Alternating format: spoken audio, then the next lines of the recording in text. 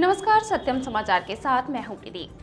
खबरों में सबसे पहले बात करते हैं जनपद की सांसद डिंपल यादव के पार्टी कार्यालय पहुंचने की। जनपद की सांसद अपने संसदीय क्षेत्र में पहुंची, जहां वे सबसे पहले पार्टी कार्यालय पहुंची। यहां उन्होंने लोकसभा चुनाव को लेकर पार्टी कार्यकर्ता, नेता और पदाधिकारी से वार्ता की। साथ ही उन्होंने पत्रकारों से भी वार्ता की है। आइए आपको भी दिखाते हैं।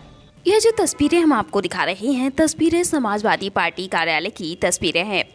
बता दें कि जनपद की पहली और लोकप्रिय महिला सांसद, उत्तर प्रदेश के पूर्व मुख्यमंत्री अखिलेश यादव वर्तमान में नेता विरोधी दल की पत्नी डिंपल यादव पार्टी कार्यालय पहुंची, जिसकी तस्वीरें आपके सामने हैं। तस्वीरों में आप देख सकते हैं सांसद डिंपल यादव के पार्टी कार्यकर्ता पहुंचते ही पार्टी के पदाधिकारी, नेता और कार्यकर्ताओं की ओर से उनका गर्मजोशी के साथ स्वागत सम्मान किया गया। उनके स्वागत में जिंदाबाद के नारे लगाए गए। इसके बाद वह पार्टी कार्यालय के अंदर पहुंची। यहाँ उन्होंने पार्टी के पदाधिकारी, नेता और कार्यकर्ताओं से विस्तृत रूप से वार्ता की है। आने वाले लोकसभा चुनाव को लेकर उन्होंने नई रणनीति बनाई है। बता दें कि आने वाले लोकसभा चुनाव में समाजवादी पार्टी से डिंपल यादव मैनपुरी से प्रत्याशी हैं। इसके लिए अब उनका मैनपुरी जल्द से जल्द आना बना रहेगा। उन्होंने पार्टी के नेता, पदाधिकारी और कार्यकर्ताओं से वार्ता करने के बाद पत्रकारों से भी वार्ता की है और उन्होंने पत्रकारों द्वारा पूछे गए सवाल लोकसभा चुनाव को लेकर कहा कि गठबंधन चुनाव लड़ने जा रहा है और बहुत मजबूती से चुनाव लड़ेगा। साथ ही उन्होंने चुनाव में बीजेपी की तैयारी को लेकर कहा कि बीजेपी की कोई तैयारी नहीं है, बीजेपी परेशान है। उन्होंने अखिलेश यादव के पास पहुंचे सीबीआई के सम्मन को लेकर कहा कि सीबीआई का सम्मन आया है, यह कोई समाजवादी पार्टी के लिए नहीं है, सबके पास आ रहा है। ईडी, सीबीआई के नोटिस चुनाव के कारण भेजे जा रहे हैं। यह कोई खास बात नहीं है, आम बात है। जनता त्रस्त है, जनता सब जानती है। यह चुनाव लोकतंत्र बचाने के लिए है। बीजेपी चुनाव जीतने के लिए हर हथकंडे अपना रही है। बीजेपी दर्शा रही है कि चुनाव हम जीत रहे हैं। और उन्होंने क्या कुछ कहा, अब जरा यह भी सुनिए। मुलाकात करेंगे, क्या तैयारी चुनाव की तैयारी के लिए ही मुलाकात हो रही है और लगातार कार्यकर्ताओं से और जितने भी हमारे क्षेत्र के लोग हैं उनसे लगातार संपर्क में है। राज्यसभा चुनाव में बगावत देखने को मिली, क्या लगता है किस तरह की आगे की रणनीति रहेगी ऐसे लोगों में जिन्होंने बगावत की है, क्रॉस वोटिंग की है?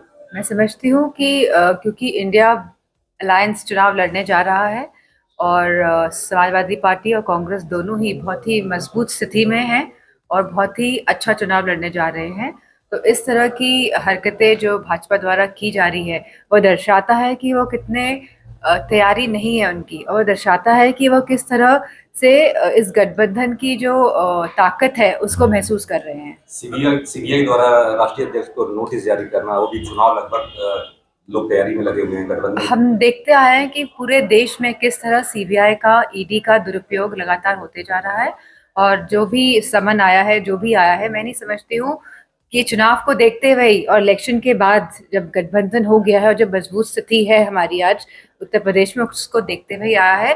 और ये खाली समाजवादी पार्टी को नहीं आया, इस तरह के ईडी के नोटिसेस लोगों को भी जाते हैं और जीएसटी के माध्यम से इनकम टैक्स के नोटिसेस भी जा रहे हैं लोगों को। मैं समझती हूँ हर तबके को दबाने की कोशिश हो रही है, लेकिन इस बार चुनाव क्योंकि बहुत ही महत्वपूर्ण चुनाव है और यह हमारे लोकतंत्र को बचाने का भी चुनाव है और इन पूरी मजबूती के साथ इस चुनाव में लड़ेंगे और हमें अपार लोगों का साथ और समर्थन मिल रहा है क्योंकि इस सरकार से सभी लोग त्रस्त हैं। संवैधानिक संस्थाओं द्वारा लगातार विपक्ष पे ही कार्रवाई की गई है, नोटिस भी अगर हो रहा है तो विपक्ष द्वारा विपक्षों को हो रहा है, तो इसको क्या देखते हैं? राजनीति से प्रेरित है ये या लगातार इस तरह के इंस्टीट्यूशंस का दुरुपयोग हो रहा है पिछले काफी सालों से, और मैं समझती हूँ कि जनता भी त्रस्त है भाजपा की नीतियों की वजह से। इस तरह के जो हमले किए जा रहे हैं वो इसीलिए किए जा रहे हैं क्योंकि जो गवर्नमेंट है वो परफॉर्म नहीं कर पाई है। आज बेरोजगारी की आप हालत देख लीजिए, आज हमारी जो नौकरियां निकलती हैं, लगातार पेपर लीक होते हैं या कराए जाते हैं जिससे कि युवाओं को रोजगार ना मिल पाए। आज हमारी अग्निवीर योजना देख लीजिए आप, जो हमारी जो रूरल इकोनॉमी है, जो हमारे जो गांव की जो इकोनॉमी है, अर्थव्यवस्था है, वो नष्ट हुई है अग्निवीर जैसी योजनाएं लाकर।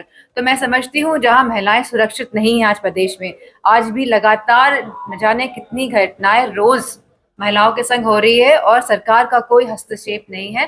तो मैं समझती हूँ आने वाले चुनाव बहुत ही महत्वपूर्ण चुनाव है, हमारे संविधान को बचाने के चुनाव है। जिस तरह मीडिया का भी रुख रहा है सब विपक्षी पार्टियों की तरफ, तो मैं समझती हूँ ये भी बहुत बड़ा एक मुद्दा है।